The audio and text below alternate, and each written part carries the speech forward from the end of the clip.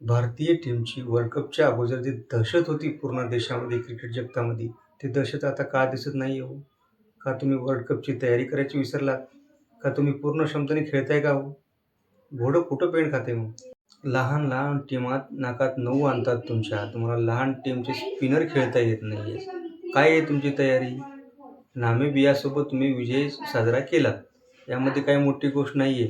209 रनचं target म्हणजे काही जास्त नव्हतं एखाद्या मोठ्या टीमसाठी. लहान टीम होती म्हणून ठीक आहे. दुसरी कोणती टीम असती तर आरामात चेस केली असती. ज्यावेळेस तुम्ही 8 ते 12 ओव्हर म्हणजे 5 ओव्हर जे होते, ते तुम्ही काय खेळत हो? त्या 5 ओव्हरमध्ये तुम्ही फक्त 20 रन काढलात आणि 3 विकेट दिलात. मान्य आहे, सुरुवातीचे जे तुम्ही 1 ते 7 ओव्हर 100 रन काढलात, 104 रन असं काहीतरी काढलात एका विकेटच्या मोबदल्यामध्ये आणि सुरुवाती तुम्ही चांगली करून दिली. वर्ल्ड कपचे एक रेकॉर्ड केलात की सगळ्यात फास्ट 100 रन काढायचं. चांगली गोष्ट आहे. त्यानंतर काय झालं? ज्यावेळेस 8व्या ओव्हरला स्पिनर आले, दोन्ही साईडनं स्पिनर होते, त्यावेळेस तुम्ही 3 विकेट दिलात त्यांना फक्त 20 रन काढून आणि त्यामधले 16 बॉल डॉट होते तुमचे. तिथं सिंगल डबल तुम्हाला घेता आलं नाही. ह्या प्रेशर साईजमध्ये सिंगल डबल बी घेणं जरुरीचं असतं. ज्यावेळेस तुम्ही आता उद्या श्रीलंकेमध्ये जासाल पाकिस्तानसोबत खेळायला, तिथं प्रत्येक बॉलला छक्के चौके मारणं एवढं सोपं नाही आहे. तिथं तुम्हाला सिंगल डबल घेऊनच प्रेशर रिलाईज करावं लागेल. तिथं एवढं सोपं जाणार नाही आहे तुम्हाला मारामारी करणं. त्यानंतर आपण शेवटी पाहू. 19 आणि 20 ओव्हर पण स्पिनरनं दिली होती. त्यावेळेस तुम्ही काय केलात? फक्त 12 रन काढलात तुम्ही 2 ओव्हरमध्ये आणि विकेट किती दिलीत? 5. लाजिरवाणी गोष्ट आहे. ज्या 2 ओव्हरमध्ये 30-40 रन काढायचे असतात, त्याच ओव्हरमध्ये तुम्ही 5 विकेट दिलात, तीही लहान टीमला. ज्या टीमचे लिंबू-टिंबू स्पिनर आहेत, त्याच्यासारखं तुम्हाला खेळता येत नाही आहे. मोठ्या टीमसंग तुम्ही काय खेळणार आहेत? उद्या पाकिस्तानसोबत मॅच आहे. त्यांच्याकडे 5 स्पिनर आहेत. फेक एक स्पिनर आला आहे अजून, ते काय बरं का काय ते. त्याच्यासोबत कसे खेळणार आहात तुम्ही? तिथं तर स्पिनचं ग्राउंड आहे. ग्राउंड मोठं आहे. छक्के-चौके मारणं सोपं नाही आहे तिथं.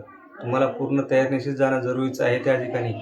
मला तर वाटतंय तुम्ही स्पिन खेळायचंच विसरलात. साधे लिंबू-टिंबू स्पिनरचेच तुम्हाला स्पिन खेळता येत नाही म्हणजे काळजी करण्यासारखी गोष्ट आहे राव.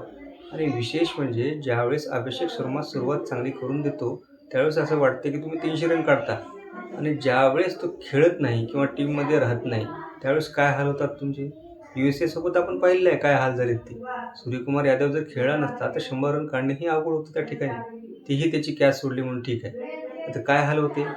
नामिबियासोबत पाहिलं आपण काय केलं. सुरुवात चांगली करून दिल्यानंतरही तुम्ही त्याला कंटिन्यू करू शकत नाही. लाजिरवाणी गोष्ट आहे. एक से बढकर एक प्लेयर आहेत आपल्या टीममध्ये, जे कुठल्याच टीममध्ये एवढे नाही आहेत. एक प्लेयर चालला तर 250 रन इझी निघतात. मग तुम्ही तुमच्या पूर्ण क्षमतेने का खेळत नाही आहे? दबाव घेताय का तुम्ही वर्ल्ड कपचा? एक छोट्या टीम आहेत पण ठीक आहे, कमबॅक ते तुम्हाला चान्स देतात. मोठ्या टीम कमबॅकला चान्स देणार नाही आहेत. तिथे जर घसरगुंडी झाली तर फार अवघड होणार आहे. काळजी करण्याची गोष्ट आहे. स्पिनरला खेळायला शिका. श्रीलंकेमध्ये स्पिनर चालतात. आपल्याच ग्राउंडवर आपण आपले दुसऱ्याच्या छोट्या-छोट्या टीमच्या स्पिनर सगळं आपण खेळू शकत नाही. म्हणजे अवघड गोष्ट आहे स्पिन खेळणं, कारण स्पिनसाठीच भारत मानला जातो. कसल्याही टीमच्या स्पिनरसोबत भारत पूर्वी खेळत होता. आता तुम्ही का खेळू शकत नाही आहे? बघा, तयारी करा. सगळ्या प्रेक्षकांची अपेक्षा तुमच्याकडून आहेत. कारण वर्ल्ड कप भारतामध्येच आहे आणि तो आपल्यामध्येच राहिलेला बरा. गेल्या वर्षी तुम्ही विजेते होतात. यावेळेसही आमची अपेक्षा आहे तुम्ही विजेते राहोत. कारण टीमच आपली तशी आहे. काहीही करू शकते. तुम्ही पूर्ण क्षमतेने खेळा आणि जिद्दीने खेळा. प्रत्येकानंच मारामारीच करावं असे नाही आहे. प्रसंग बघून खेळा. कारण आता इथून मोठ्या टीमसोबत गाठ आहे. आता सुपर 8मध्ये सगळ्या मोठ्या टीमा राहणार आहेत. उद्याची पण पाकिस्तानसोबत चांगली मॅच आहे. त्यांची पण टीम आता चांगली बनलेली आहे. स्पिन खेळायला शिकलात तर टिकलात, नाहीतर अवघड आहे. कारण या सगळ्या मॅचा भारतामध्ये श्रीलंकेमध्येच आहेत. इथं स्पिनर चालतात. त्यांना खेळणं गरजेचंच आहे.